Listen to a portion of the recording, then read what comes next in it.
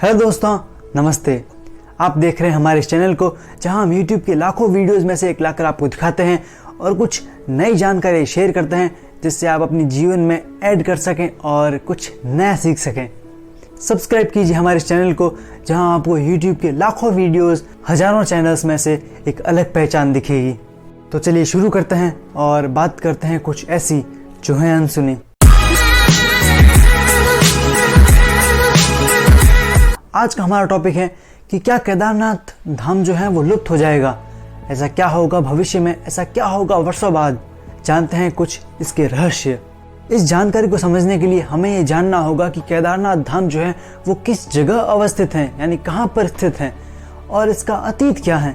यह धाम जो है वो 22,000 फुट ऊंचा केदार पर्वत और 21,600 फुट ऊंचा खर्चकुंड पर्वत और इस धाम के एक तरफ 22,700 फुट ऊंचा भरतकुंड पर्वत स्थित है।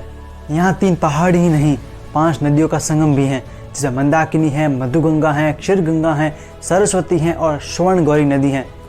अगर हम वर्तमान की बात करें तो अलकनंदा नदी की जो सहायक नदी मंदाकिनी है उसी के किनारे हमारा जो केदारनाथ धाम है वो स्थित है, जिसे केदारेश्वर भी कहते हैं। अब मेरे ख्याल से हमें पहले इस मंदिर का, इस धाम का अतीत जानना बहुत ज़रूरी है। उसके बाद मैं आपको बताऊंगा कि ये धाम क्यों लुप्त हो जाएगा और कैसे लुप्त हो जाएगा। ऐसा क्या होगा भविष्य में, पुराणों में ऐसी क्या भविष्यवाणी की गई है। पहले इसका अतीत जान लेते हैं, उसके बाद आगे की भविष्यवाणी। हमें इस मंदिर का बहुत पुराना अतीत जानने के लिए महाभारत काल में जाना होगा। जी हाँ, महाभारत काल में पांडवों ने सर्वप्रथम इस धाम का निर्माण किया था। यहाँ एक मंदिर बनवाया था। पांडवों ने जो निर्माण करवाया था वो वक्त के थपेड़ों के साथ लुप्त हो गया। फिर 508 ईसा पूर्व आदि शंकराचार्य ने इस धाम का निर्माण करवाया और इसी मंदिर के पीछे उनकी समाधि भी है। फिर 10वीं सदी में मालवा के राजा भोजराज ने इसका जीर्णोद्धार कराया था और फिर 13वीं सदी में वापस करवाया गया। लेकिन जब 508 ईसा पूर्व इसका निर्माण किया गया था, उसके बाद और 10वीं सदी के बीच 400 साल ऐसे थे जहाँ ये मंदिर बर्फ़ के नीचे ढक चुका था। बर्फ़ की वादियाँ इसके ऊपर समा चुकी थी।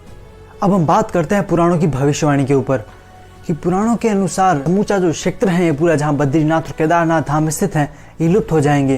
पुराणों के अनुसार जब नर और नारायण जो पर्वत हैं वो मिल जाएंगे तब बद्रीनाथ जाने का जो मार्ग है वो बंद हो जाएगा, जिससे भक्त उनके दर्शन नहीं कर पाएंगे। लेकिन मैं ये सोचता हूँ कि इन फ्यूचर भविष्य में हम ऐसी टेक्नोलॉजी डेवलप कर लेंगे जो वहाँ तक पहुँच पाए। लेकिन अगर पुराणों में भविष्यवाणी की गई है तो हो सकता है कि टेक्नोलॉजी भी काम ना करे। अब जब केदारनाथ और बद्रीनाथ धाम लुप्त हो जाएंगे पुराणों की भविष्यवाणी के अनुसार, तो हम किस धाम का दर्शन करेंगे। तो पुराणों में एक और नाम बताया गया है कि जब ये दोनों धाम लुप्त हो जाएंगे, नर और नारायण पर्वत मिल जाएंगे, उसके बाद एक नए तीर्थ का निर्माण होगा जिसका नाम होगा भविष्य बद्री और भक्त वहाँ दर्शन करने जाएंगे। ये भविष्य के बारे में बताया गया है। मेरे ख्याल से अगर आप बद्रीनाथ नहीं गए हैं या केदारनाथ नहीं गए हैं तो जाके आ ही जाइए, क्या पता कुछ भी हो सकता है। एक चौंका देने वाली बात मैं आपको बताना चाहूँगा जो केदारनाथ धाम के बारे में है, केदारेश्वर धाम के बारे में है, कि दिवाली के दूसरे दिन ये 6 महीने के लिए एक बार बंद कर दिया जाता है क्योंकि शीत ऋतु आती है और बर्फ़ पड़ने लगती है। जब 6 महीने बाद वापस वहाँ पर जाया जाता है तो दीपक जलता रहता है, पूजा निरंतर होती रहती है और ये अद्भुत है कि 6 महीने तक वो जलता रहता है और पूजा निरंतर होती है महादेव की, जो एक खुद में आश्चर्यजनक बात है। होप आप सबको ये वीडियो पसंद आया होगा और ऐसी जानकारी बहुत रोचक लगती है, इसलिए मैं लाना बहुत पसंद करता हूँ और आपको बताना भी, ताकि सबको इस बारे में जानकारी हो जाए और सब केदारनाथ दर्शन कर पाएँ। और अगर आपको वीडियो पसंद आया है तो इसे लाइक कीजिए, शेयर कीजिए अपने दोस्तों के साथ और इस चैनल को सब्सक्राइब कीजिए अगर नहीं किया है अब तक।